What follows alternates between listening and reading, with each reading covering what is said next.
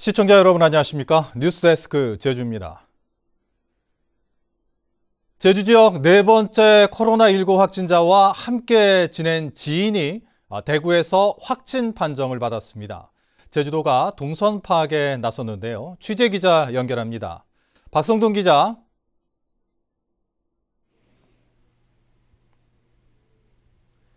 네 번째 확진자와 함께 지낸 지인이라는 건데 왜 대구에서 확진 판정을 받은 건가요?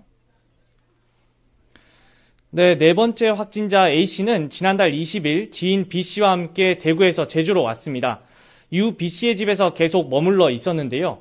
지난 1일 다시 대구로 돌아가면서 거기서 검사를 받게 돼 확진을 받은 겁니다. 네, 그렇군요.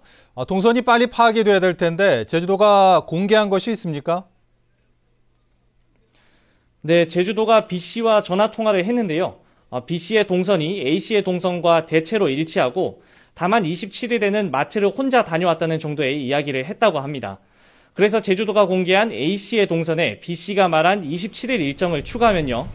지난달 20일 제주공항에 도착한 뒤 오토바이로 집에 갔고 21일 제주시 연동의 마트를, 23일 제주은행 신제주점 ATM기 연동의 빵집과 식당, 그리고 24일 제주시 노영동 식당과 마트, 27일에는 제주시 연동마트, 28일 샌드위치 가게로 파악됩니다.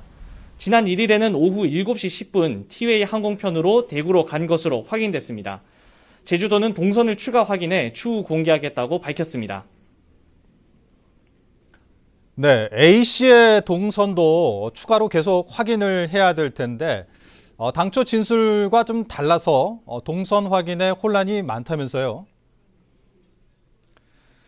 네, A씨는 당초 제주에 온 뒤 이상 증상을 느껴서 혹시나 하는 마음에 회사도 가지 않고 외부와의 접촉을 최소화했다고 밝혔는데요. 추가 조사 결과 증상이 발현된 날부터 4번이나 자신이 운영하는 퀵서비스 회사에 출근했습니다. 23일에는 제주시 연동 빵집과 식당, 24일에는 제주시 노형동 식당 등을 간 것으로 확인되면서 접촉자도 어제 15명에서 76명으로 늘었습니다. 이 가운데 69명은 자가격리됐고 5명은 신원을 확인 중입니다.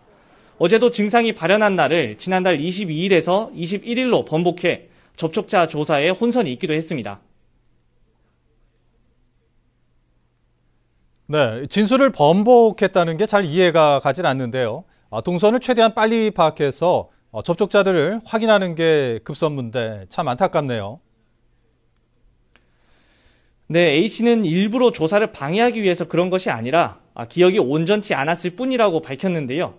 역학조사 때 동선을 의도적으로 빠뜨리면 2년 이하의 징역이나 2천만 원 이하 벌금에 처할 수 있습니다만 제주도는 아직 그런 부분까지 논할 단계는 아니라는 입장입니다. A씨는 증상이 발현되고 확진까지 13일이나 걸려서 동선이 매우 긴데다 숙소 근처에 CCTV가 없어서 외출이 얼마나 더 있었는지 확인하는 데도 어려움이 있습니다. 지금까지 제주도 방역대책본부에서 MBC 뉴스 박성동입니다.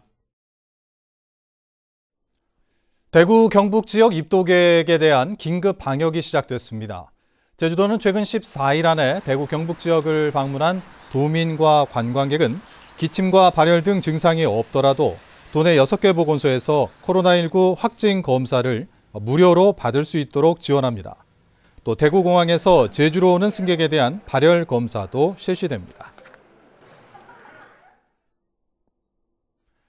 코로나19의 여파로 제주 관광업계가 최악의 불황을 맞고 있는데요. 렌터카와 전세버스들이 줄줄이 번호판을 떼고 영업을 중단하는 사상 초유의 사태까지 벌어지고 있습니다. 조인호 기자입니다. 렌터카 업체 직원이 차량에서 번호판을 떼어내고 있습니다. 손님이 없어 차고지에 가득 찬 렌터카 사이를 돌아다니며 하나 둘씩 번호판을 떼어냅니다. 이 업체는 렌터카 280대 가운데 100여 대의 번호판을 떼어냈습니다.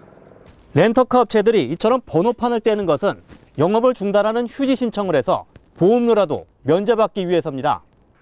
렌터카 가동률이 10% 아래로 떨어지다 보니 한 대에 매달 10만 원씩 내는 보험료를 아끼는 게 낫다는 것입니다. 매출이 줄어드는 상황이고 관광객 수도 거의 한 80에서 90% 정도 감소한 상황이라서 비용을 최소화시키려고 하기 위해서 전세 버스들도 줄줄이 번호판을 떼어내고 있습니다. 코로나 여파로 제주를 찾는 단체 관광객이 사실상 전멸했기 때문입니다. 거의 모든 행사가 축소나 취소되면서 전세버스 가동률은 1% 아래로 떨어졌습니다. 이달 중순부터는 최대 성수기인 수학여행 시즌이 시작되지만 무더기로 예약이 취소되고 있습니다. 사드든 메르스든 뭐 세월호라든지 여러 가지 어려움이 있었습니다만 이번처럼 어려운 적이 없었습니다.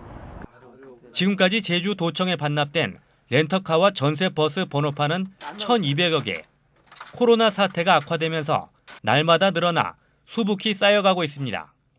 업체들은 무급휴직과 관광진흥기금 신청 등 자구책을 고심하고 있지만 예약률은 갈수록 떨어지고 있어 번호판을 떼는 차량은 더 늘어날 것으로 보입니다.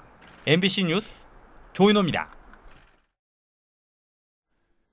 도교육청의 휴업 권고에도 학원과 교습소를 상당수가 수업을 강행하고 있습니다.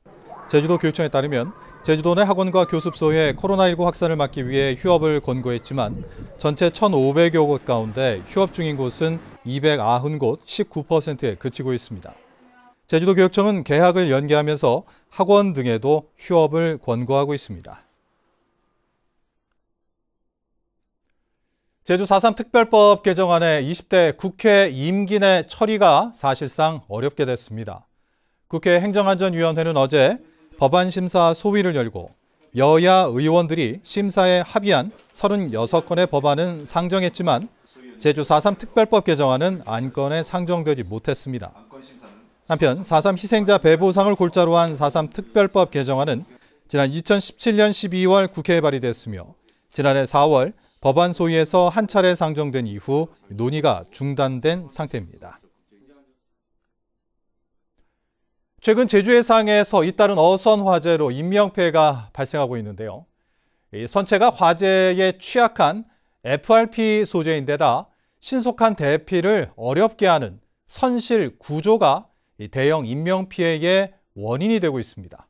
이소영 기자가 보도합니다. 지난해 11월 마라도 해상에서 불이 나 선원 1명이 숨지고 12명이 실종된 대성호. 어제 새벽 제주시 우도 해상에서 화재로 선원 6명이 실종된 해양호. 조업을 마친 선원들이 잠든 사이 화재가 발생하면서 대피가 늦어 인명피해는 더 컸습니다. 네, 당시 6명의 선원들은 선장 진술에 의하면 취침 중에 있었기 때문에 빠른 시간 내에 인지하기는 곤란했지 않았느냐. 선원들은 대부분 지하 침실에서 잠을 자다 보니 대피에 시간이 걸릴 수밖에 없는 상황.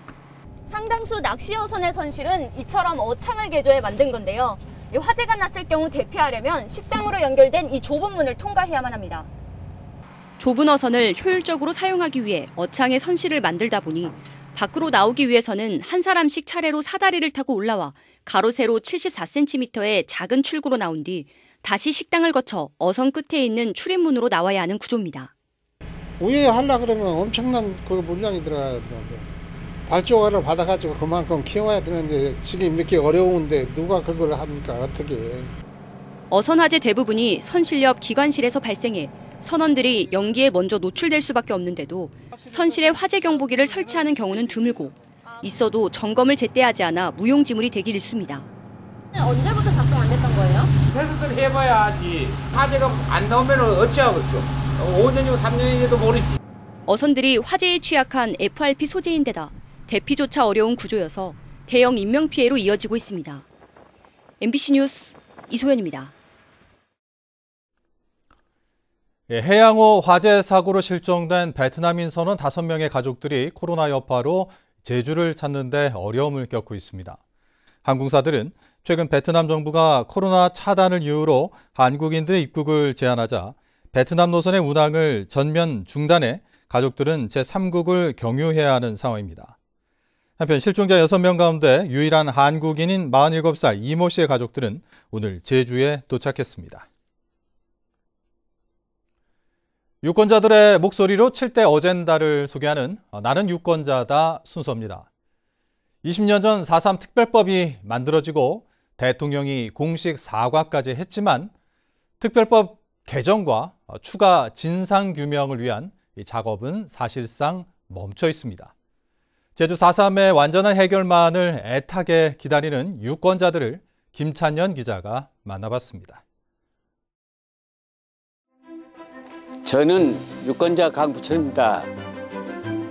저희 작은아버지는 4.3 때 어떻게 해서 끌려갔는지도 모르겠고 끌려간 다음에는 행불이 돼가지고 그 후에는 전혀 모릅니다.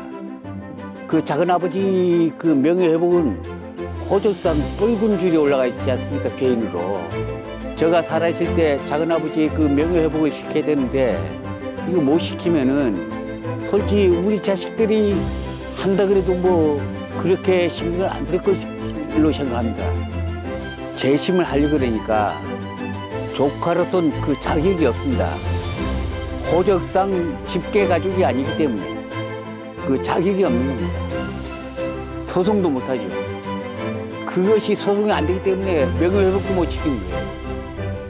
군사재판은 무효다, 없었다 해가지고 하고 있습니다만 이것은 그 사람들이지 지금 현재 우리 행불된 사람들은 그런 게 없거든요. 그 없어지지 않거든요. 마찬가지 그대로 있는 겁니다.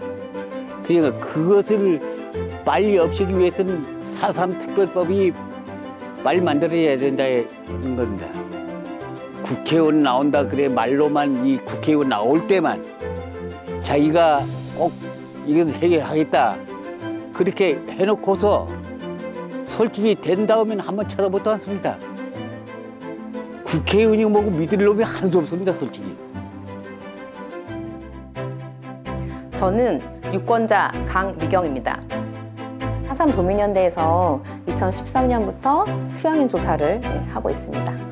저희가 설문조사를 하는 건데 만나서 막 그 면담을 할 때 어떤 부분이 부족하시냐고 이렇게 느끼냐 이렇게 물어보면 실제로 진상이 제대로 안 됐다라고 조사가 안 됐다라고 그렇게 말씀하시는 부분들이 많아요. 진상조사 보고서가 채택이 되고 그리고 4.3 희생자 신고를 받기 시작을 했고 희생자 신고를 해서 결정통지서를 물론 받았지만 왜 그런 일이 있었는지 왜 희생자가 끌려갈 수밖에 없었는지 죽을 수밖에 없었는지에 대한 정확한 진상이 정리가 안 된 상황에서 그냥 단지 그 당시에 뭐 행방불명 됐으니까 그 당시에 죽었으니까 전체가 다 희생자라고 해버리면 그거에 대한 부분 납득이 안 되는 부분들이 있다는 거죠. 한 17년 전에 했었던 그 조사 보고서 같은 경우에도 물론 그 당시에 정말 최선을 다했고 나름대로 성과 있게 마무리를 했다라고 하지만 그 이후에 더 조사해야 될 부분들이 많이 있고 뭐 마을별 조사라든가 이런 것도 있지만 특히나 뭐 행방불명인 같은 경우에는 더더군다나 이거는 민간에서 조사하기는 너무 힘든 영역이기 때문에 그러니까 정부 차원의 조사가 반드시 필요하다. 그리고 그 부분들에 대해서 뭔가 공신력 있는 조사를 하고 그 결과를 명확히 내주는 것이 중요하다라는 생각이 좀 있었고 표를 위한 공약이 아니라 실질적으로 필요한 게 뭔지를 좀 고민을 해서 공약을 세웠으면 좋겠다라는 생각이 있고 세운다면 반드시 지켜야 된다는 생각이 있는데 4.3 관련해서도 사실상 정말 해야 될 게 많고 과제가 많기도 한데 뭐 크게 그 아까 말씀드렸던 추가 진상조사 부분에 대해서는 반드시 이거는 넣었으면 좋겠다는 생각이 있고 특별법 개정에 대해서 또 정확하게 정리가 됐으면 좋겠다. 저는 이번 선거에서 진실된 마음으로 4.3 특별법 공약을 내는 제주 4.3에 대해 진심으로 고민하고 해결할 능력 있는 후보를 뽑겠습니다. 제주시 갑선거구 전략공천 결정에 반발해온 박희수 더불어민주당 총선 예비후보가 선거 완주 의사를 분명히 했습니다. 박 후보는 기자회견을 열어 민주당 중앙당이 여론조사에서 1위를 한 자신을 제쳐두고 송재호 전 교수를 전략 공천한 것은 독재이자 횡포라며 부당한 처사에 굴하지 않고 선거를 끝까지 치르겠다고 밝혔습니다. 송 후보에 대해서는 SNS에서 논란이 일고 있는 조부의 친일 행적 등에 대해 분명히 밝히라고 촉구했습니다. 미래통합당 제주도당 한철용 위원장과 고문들이 컷오프된 고경실 예비후보를 경선에 포함시켜달라고 중앙당에 건의했습니다. 한 위원장은 어제 고경실 후보 지지자들이 당사를 찾아 각종 여론조사에서 선두를 달리고 있는 후보를 경선 대상에서 제외한 것은 타당하지 않다며 컷오프 취소를 촉구해 황교안 대표와 김영호 공천관리위원장에게 경선 참여 요청을 건의했다고 밝혔습니다. 고경실 후보 측은 모 후보 캠프에서 후보자 선정을 위한 여론조사 시기를 미리 알고 있었다고 주장하고 있습니다. 제주 지역 언론 4사가 주최하는 제21대 국회의원 선거 정당정책 토론회가 오늘 밤 11시 5분부터 제주 MBC를 통해 방송됩니다. 제주 MBC와 제주신보, 제주 CBS, 제주의 소리가 공동 주최하는 오늘 토론회에는 더불어민주당 정민구, 미래통합당 고태민, 민생당 양윤영, 정의당 고은실 도의원이 출연합니다. 정당정책 토론회에서는 제2공항 건설 사업과 외국인 카지노 대형화 논란 등 제주 현안을 놓고 각 정당이 입장을 제시하고 토론을 벌이게 됩니다. 오늘 오후 3시 반쯤 제주시 한림읍 성이시돌 목장의 한 창고 건물에서 불이 나 건물 1,600제곱미터를 태우고 2시간 만에 진화됐습니다. 화재 당시 창고 안에 아무도 없어 인명피해는 없었고 소방당국은 포크레인 장비를 동원해 잔불을 정리하는 한편 목장 관계자를 상대로 화재 원인을 조사하고 있습니다.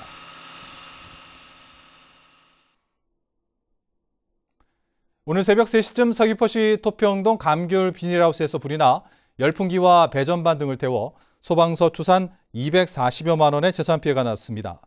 소방당국은 열풍기가 과열됨에서 불이 난 것으로 보고 밭주인 등을 상대로 정확한 화재 원인을 조사하고 있습니다. 뉴스데스크 제주를 마칩니다. 시청해주신 여러분 고맙습니다.